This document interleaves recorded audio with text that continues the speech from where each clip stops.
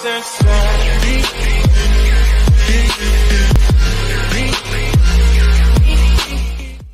up, guys? Welcome back to the channel. I hope you all are having a wonderful and blessed day. So week 3 is in the books and we are headed into week 4 of the Alliance. Can you believe it? It's already been a third of the way through the season. So we only have about 7 weeks left. Playoffs will be here before you know it. But let's get into week 4. I'm going to give you my predictions going into this week. Last week I went 2 for 2. So kind of 500. Saturday's games I did very well in. Sunday's games, well, not so much.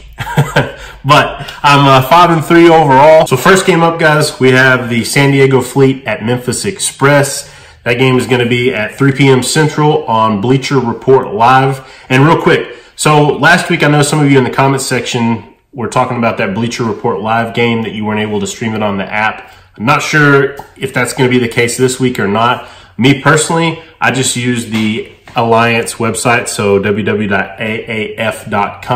streamed right from there. I have an Apple TV, so I just threw that up on my TV and streamed that way.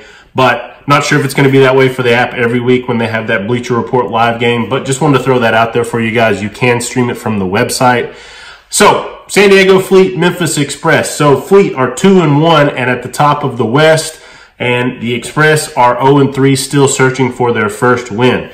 Let me start with the Express in this one. So as you know, Hackenberg has looked terrible in the first 3 weeks. There is a changing of the guard. Singletary announced this week that he will be starting Zach Mettenberger. So I look to see a different offense take the field come Saturday. Sherman Beatty, Zach Stacy, they're both going to be rode heavily. I believe that their key to victory is still going to be running the ball, run play action.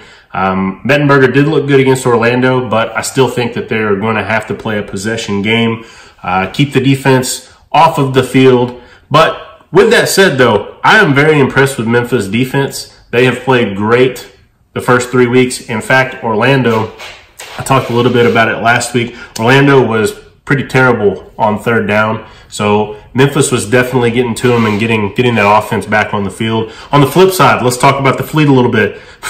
I keep talking about him every week because he just keeps raising the bar every week. Jaquan Gardner, that dude is a stud, very explosive, somebody you're going to have to watch out for. So this Memphis defense is definitely going to have to keep their eye on him. I don't think Nelson will have that great of a day, though, because I do believe that Memphis will get after him.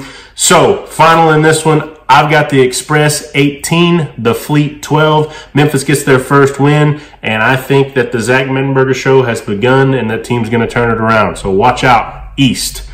All right, the nightcap game for Saturday. We've got the Orlando Apollos at Salt Lake Stallions. That game is at 7 p.m. Central on NFL Network. They actually, I believe, flexed this game into this nightcap. So this one I'm very, very interested in. As you know, Orlando is 3-0, so they're one of the 2 undefeated teams in the league. Salt Lake got their first win last week against Arizona. They have their starting quarterback. He is back in action, Josh Woodrum. So with Woodrum in there, this team's completely different. There's just a level of confidence on that offensive side of the ball. They looked really good against Arizona, clicking on all cylinders. It was a home game last week. They're at home this week. Carter Schultz, again, every week he gets after the quarterback. I don't see that being any different. I think he's still going to be able to get after Garrett Gilbert. Let's jump over to the Apollos side of the ball. So the Apollos, Gilbert last week, he had an okay day against Memphis. He went 14 of 28, so he only completed 50% of his passes, and part of that was because Memphis was getting after him. Of course, as you know, San Antonio had success whenever they were able to get pressure on him and get after him.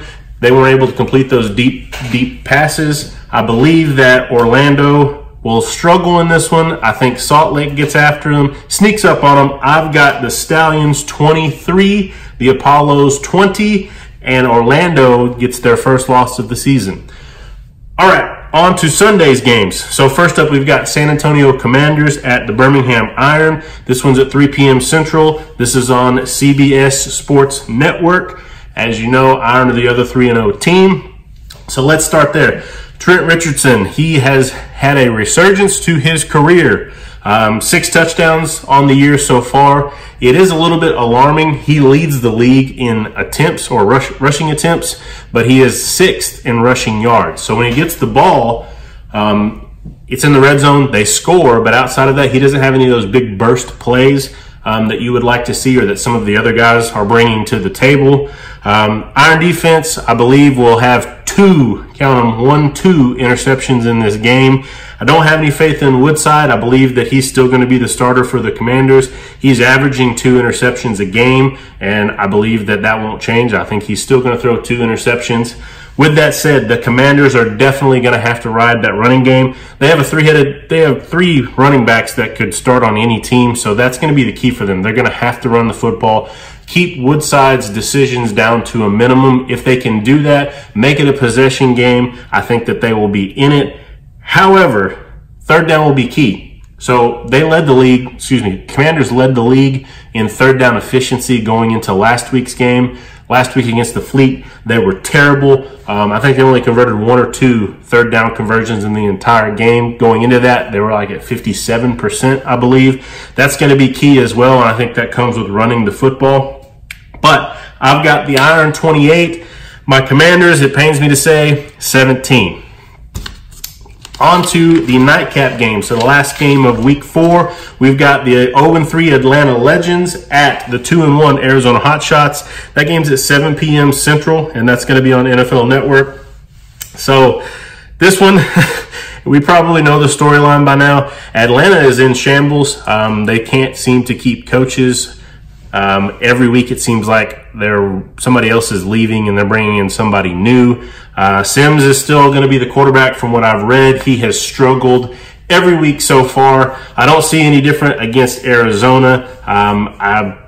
Eventually I just feel like they're going to have to bring in a different quarterback. They've got to get some kind of continuity, something going back there for them. The other alarming thing is the wide receivers aren't really helping out Sims. So when he does get the pass off, they are dropping pass after pass after pass.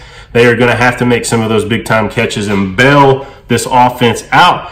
Denard Robertson could be an X factor in my opinion. I don't know if they're going to run maybe some Wildcat, kind of throw him around, sprinkle him in. Just go for broke, give Arizona a different look that they haven't seen.